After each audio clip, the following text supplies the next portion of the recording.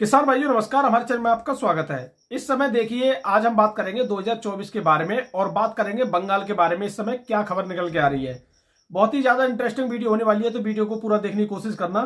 देखिए 2024 के बारे में तो लोग ऐसा ऐसा अनुमान लगा रहे हैं कि आप लोगों को इसके बारे में जानना चाहिए कि लोगों का दिमाग कहां तक चल रहा है।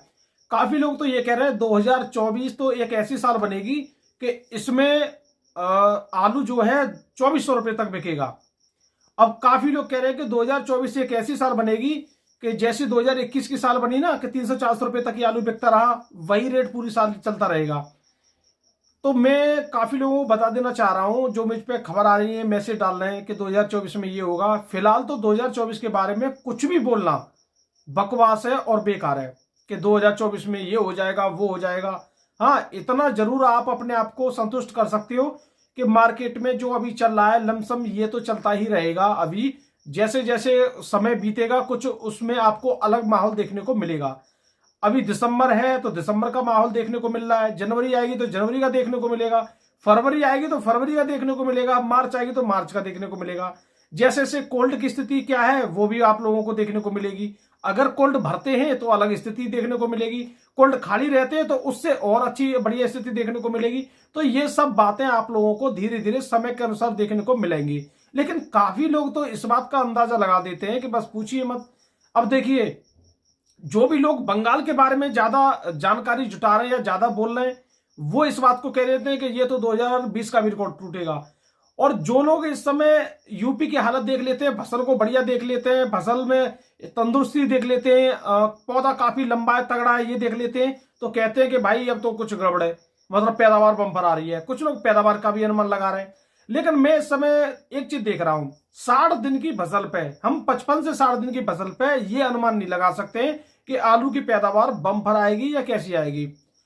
इसके लिए आपको एक चीज और बता दूं, अब जो दिसंबर का लास्ट जो हफ्ता है, इस हफ्ते में और जनवरी के पहले हफ्ते में ब्लाइट का भारी प्रकोप देखने को मिलता है यूपी में। खासकर मैं यूपी की बात कर रहा हूं पहले, क्योंकि आप लोगों ने अभी जो ब्लाइट का प्रकोप देखा है वो पंजाब और हरियाणा में देखा है, लेकिन हमारे इस यूपी में दिसंबर के लास्ट में और जनवरी के पहले हफ्ते में ब्लाइट देखने को मिलती है। अगर किसान भाइयों, जो इस समय लोग अनुमान लगा रहे हैं कि बम्पर पैदावार आएगी, ये हो जाएगा वो हो जाएगा, अगर इस जो 15 दिन का जो खेल है आने वाले अगले 15 दिन का, अगर इसमें कुछ हो जाता है तो वो तुरंत बाद पलट जाएंगे, फिर कहेंगे कि भैया अब तो अच्छा होगा। तो इन सभी लोगों के बारे में ना सोचते हुए किसान भाइयों को अपना अपना काम करना चाहिए। देखिए, इस समय काफी लोग जो अपना अनुमान आप लोगों को बता रहे हैं, उनके आधार पर जो भी अगेती आलू की किसान भाई खेती करते हैं और अपने आलू की इस समय खुदाई कर रहे हैं, उनको इस समय दो बातों का सामना करना पड़ सकता है उनकी बातों को सुनकर। अगर वो लोग ये कहेंगे कि आलू तो पूरी तरह खत्म हो गया, ब्लैट आ गई, ये हो गया, तो आप खुश हो जाओगे कि हमें अगेती आलू में भी पैसा मिलेगा।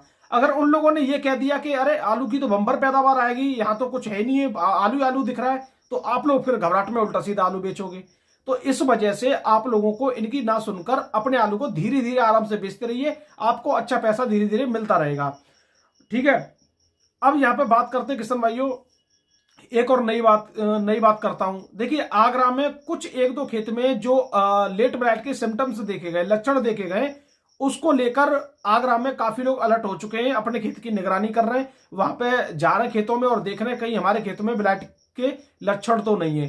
क्योंकि जो ब्लाइट होती है वो दिसंबर के लास्ट में और जनवरी के पहले हफ्ते में जो आती है, वो थोड़े ऐसे लक्षण दिखते हैं। अगर इसको कंट्रोल नहीं किया गया तो एकदम पूरे क्षेत्र में फैल जाती है। देखिए, जो खेत कमजोर होते हैं उनमें ये सबसे पहले अटैक करती है, और जो खेत अच्छे ताकतवर होते हैं उनसे ये दूर रहती है। यहाँ पर दो चीज समझिए, जो भी बड़े बड़े किसान होते हैं उनके पास दो जो चीज होती है सबसे ज्यादा पावरफुल होती है। पहली चीज, उनके पास बीज होता है बढ़िया। दूसरी चीज, जिस खेत में वो आलू करते हैं उसमें उनकी जो लागत होती है वो अलग तरीके की होती है, बहुत ज्यादा अपने खेत में न्यूट्रिशन की वैल्यू वो देते हैं, मतलब न्यूट्रिशन काफी ज्यादा देते हैं, जिसकी वजह से उनकी फसल ना तो पीली पड़ती है ना कोई दिक्कत देखने को मिलती है। अब जो हमारे जैसे कुछ किसान है, मान लो मीडियम जो किसान है, जो पैसा है तो खूब लाग लगा दी, पैसा नहीं है तो कुछ नहीं है, तो इस तरह के जो किसान है इनके लिए काफी ज्यादा दिक्कत देखने को मिलती है। वो जल्दबाजी में ब्लैट है या नहीं है, बड़े बड़े महंगे फंगिसाइड लगाना शुरू कर देते हैं। जब ब्लैट आ जाती है तो फिर और जो दोबारा महंगे फंगिसाइड लाते हैं वो फिर काम नहीं करते, क्योंकि उससे पहले वो महंगा फंगिसाइड लगा चुके होते हैं।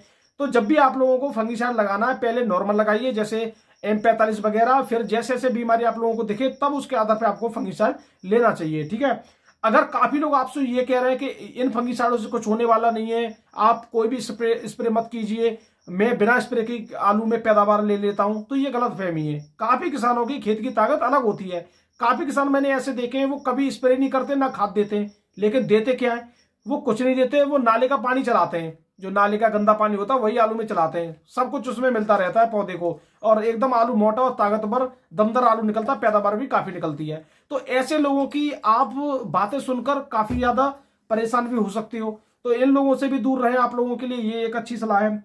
अब बात करते हैं किसान भाइयों बंगाल के बारे में। देखिए, बंगाल के बारे में एक आपको मैं रोचक जानकारी देना चाह रहा हूं। इस समय अभी भी काफी लोग बीज निकाल के आलू की बुआई कर रहे हैं। अब आप लोग कहेंगे इतनी लेट क्यों कर रहे हैं? ये वही कंडीशन है जो हमारे यूपी में बन जाती है। हमारे यूपी में अक्टूबर तक लगभग सभी लोग बुआई कर देते हैं जहां तक है, लेकिन कुछ लोग रह जाते हैं, वो नवंबर के पहले हफ्ते तक कर देते हैं। लेकिन आपने देखे होंगे यूपी में कुछ लोग ऐसे भी होते हैं जो फिर 25 नवंबर तक भी बुआई करते हैं। इसी तरह से अब यहाँ पे 25 दिसंबर तक आलू की बुआई कर रहे हैं तुम्हारे बंगाल के लोग, ठीक है। उनके साथ तो आपको पता ही है परेशानी भी है, लेकिन कितनी भी अभी बुआई हो जाए, बंगाल में जो नुकसान हुआ है उसका इफेक्ट जरूर देखने को मिलेगा, ठीक है। अब इस इफेक्ट को देखकर काफी लोग इतना भी वो नहीं हो जाए कि बस अब तो आलू है ही नहीं है कहीं पे, अब बस हमारे पास ही आलू है। ऐसा कुछ नहीं है, आलू हर जगह है, लेकिन आप लोगों को 2024 कुछ अलग दिखेगी। किसान भाइयों को ज्यादा कुछ टेंशन अभी लेने की जरूरत ही नहीं है, ठीक है। अभी 60 दिन का आलू है, आलू पूरी जवानी में है अपना, कोई दिक्कत नहीं है। इस समय 60 दिन की फसल हर किसी की बढ़िया होती है, अच्छी होती है। 60 दिन के बाद से ही आलू में खेल होना शुरू हो जाता है। कैसे होता है मैं आपको बता दूंगा। देखिए, अगर यहाँ पे 60 दिन की फसल में अगर आलू आपने देखा और आलू का साइज नहीं फूला, तो आप टेंशन में आ जाओगे, दुकान वाले के पास जाओगे कि ये दे दो, वो दे दो, ये दे दो। आप उल्टा सीधा लगाओगे, फसल को और बिगाड़ोगे, बिगाड़ते बिगाड़ते फिर और दवाई लगाओगे, तो आपकी फसल कभी पीली दिखेगी, कभी नीली दिखेगी। ये प्रॉब्लम फसल में देखने को मिलेंगी। और 60 दिन के बाद काफी फसल में ये होता है कि अगर आलू फूल रहा है तो उसकी पूरी जान खींच लेता है, तो आलू पीला पड़ जाता है। कहीं ना कहीं दिक्कत 60 दिन के बाद ही देखने को ज्यादातर मिलती है। किसान भाइयों, अगर बंगाल के मार्केट पर नजर डाली जाए, बंगाल का मार्केट लगातार गिरावट की ओर है, और इस वजह से मैं आज से 10 से 12 दिन पहले लगातार इसी बात को बोल रहा था कि बंगाल में अब ऐसा कुछ नहीं लग रहा है जो आप लोगों को ये बहुत बड़ी तेजी दे दें, या आप लोगों के आलू में 100-200 रुपए की तेजी कर दें। क्योंकि बंगाल के जो भी आलू इस समय कोल्ड में है, उसमें कोई भी उसके लिए रुझान नहीं दिखा रहा है। कहने का मतलब ये है कि जैसे हमारे कोल्डो में जो आलू है उसको खरीदने के लिए कोई रुझान नहीं दिखा रहा था, इसी तरह से बंगाल में भी नहीं दिखा रहा है। क्योंकि बंगाल का जहां आलू जा रहा है वहां मार्केट पहले ही क्रैश हुआ बैठा है, यानी मार्केट में पहले से गिरावट है। इस समय भुवनेश्वर मंडी का भाव 1300 रुपए क्विंटल से भी नीचे आ चुका है, जबकि भुवनेश्वर मंडी का भाव लगभग 1550 रुपए क्विंटल तक पहुंच गया था। तो अब आप इससे देख सकते हो 200-250 रुपए की तो वही गिरावट है। और इस बारे में बंगाल के लोगों को मैं पहले कई बार बोल चुका हूं कि धीरे धीरे मार्केट में आलू आप निकल जाइए, धीरे धीरे बेच लीजिए, आप लोगों को आगे फायदा ही रहेगा। लेकिन काफी लोग देखते देखते देखते देखते और नीचे चले जा रहे हैं। तो इस पे हमारे किसान भाइयों को बस यही है कि अभी भी उनके पास टाइम है, धीरे धीरे आलू बेच के वो निकल सकते हैं। ज्यादा बड़ी तेजी में रहने के लिए अभी ऐसी कोई संकेत नहीं है कि उनके आलू में बहुत भयंकर कुछ तेजी आने वाली है, ठीक है। क्योंकि यूपी और ये हर जगह के आलू का वहां कब्जा होता जा रहा है धीरे धीरे, और रेट भी इनको सही मिल रहा है, तो यूपी के लोग वहीं आलू बेच रहे हैं ज्यादातर।